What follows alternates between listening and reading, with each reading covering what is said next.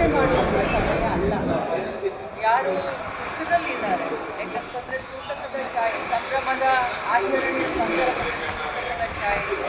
ಇದರಲ್ಲಿ ರಾಜಕಾರಣ ಮಾಡದೆ ವಿರೋಧ ಪಕ್ಷದವರಾಗಿರ್ಬೋದು ಅಥವಾ ಸರ್ಕಾರದಲ್ಲಿದ್ದವರಾಗಿರ್ಬೋದು ಇಬ್ಬರು ಸೇರಿಕೊಂಡು ರಾಜ್ಯದ ಜನತೆಗೆ ಯಾರು ದುಃಖದಲ್ಲಿದ್ದಾರೆ ಆ ಕುಟುಂಬಕ್ಕೆ ಸಾಂತ್ವನ ಹೇಳುವಂಥ ಕೆಲಸ, ನ್ಯಾಯವನ್ನು ಕೊಡುವಂಥ ಕೆಲಸವನ್ನು ಮಾಡಬೇಕಾಗಿರುವಂಥ ಟೈಮೇ ಹೊರತಾಗಿ ಇದರಲ್ಲಿ ರಾಜಕೀಯ ಬೇಳೆಯನ್ನು ಬೇಯಿಸ್ಕೊಳ್ಳುವಂಥ ಟೈಮ್ ಅಲ್ಲ ಇದು.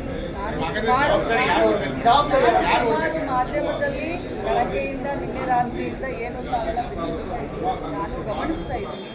ನಿಜವಾಗ್ಲೂ ನಿಮಗೆಷ್ಟು ಇದ್ರ ಬಗ್ಗೆ ಜವಾಬ್ದಾರಿ ಇದೆಯೋ ನಮಗೂ ಅಷ್ಟೇ ಕಾಳಜಿ ಜವಾಬ್ದಾರಿ ಇದೆ. ಇದನ್ನು ಯಾರು ಹೊರಬೇಕು, ಏನು ಮಾಡಬೇಕು ಅನ್ನೋದನ್ನ ಘಟನೆ ನಡೆದು ಹೋಗ್ಬಿಟ್ಟಿದೆ. ಈ ಘಟನೆಯನ್ನು ನೀವು ಹೇಳಿದ ಹಾಗೆ ಮುಂಜಾಗ್ರತೆ ಕ್ರಮ ತೆಗೆದುಕೊಂಡು ಸರಿ ಮಾಡ್ಬೋದಾಗಿತ್ತು, ಮತ್ತೊಂದು ಮಾಡ್ಬೋದಾಗಿತ್ತು, ಅದು ಬೇರೆ ವಿಚಾರ. ಈ ಘಟನೆ ನಡೆದು ಹೋಗ್ಬಿಟ್ಟಿದೆ.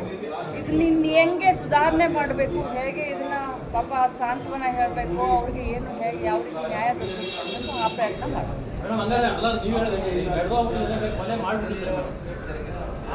ಆ ಶಬ್ದ ನಾನು ಬಳಸ್ತೀನಿ.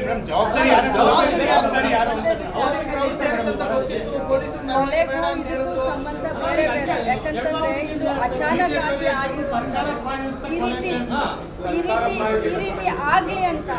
ಈ ರೀತಿ ಆಗಲಿ ಅಂತ ಸರ್ಕಾರ ಆಗಲಿ ನಾವಾಗಿ ಅಥವಾ ಮಾಧ್ಯಮದವರಾಗಲಿ ಬಯಸ್ಬೋದಾ?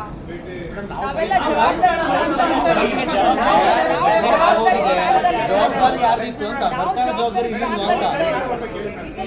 ಬಯಸ್ಬೋದಾ? ಯಾರಾದ್ರೂ ಬಯಸ್ಬೋದಾ? ಬಯಸ್ಲಿಕ್ಕೆ ಖಂಡಿತ ಸಾಧ್ಯ ಇಲ್ಲ. ಅದಕ್ಕೆ ನಾನು ಹೇಳ್ತಾ ಇದ್ದೀನಿ, ಬಹಳಷ್ಟು ಬರೀ ಅವ್ರು ಕಳ್ಕೊಂಡಿದ್ದಾರೆ, ಅವ್ರಿಗೆ ದುಃಖ ಆಗಿದೆ, ನಾವು ಅವ್ರ ದುಃಖದಲ್ಲಿ ಭಾಗಿಯಾಗಿಲ್ಲ ಅಂತ ಅಲ್ಲ. ನಮಗೂ ಕೂಡ ಅತ್ಯಂತ ಕಾಳಜಿ ಇದೆ, ನಮಗೂ ಕೂಡ ಅತ್ಯಂತ ದುಃಖ ಆಗಿದೆ ಅಂತ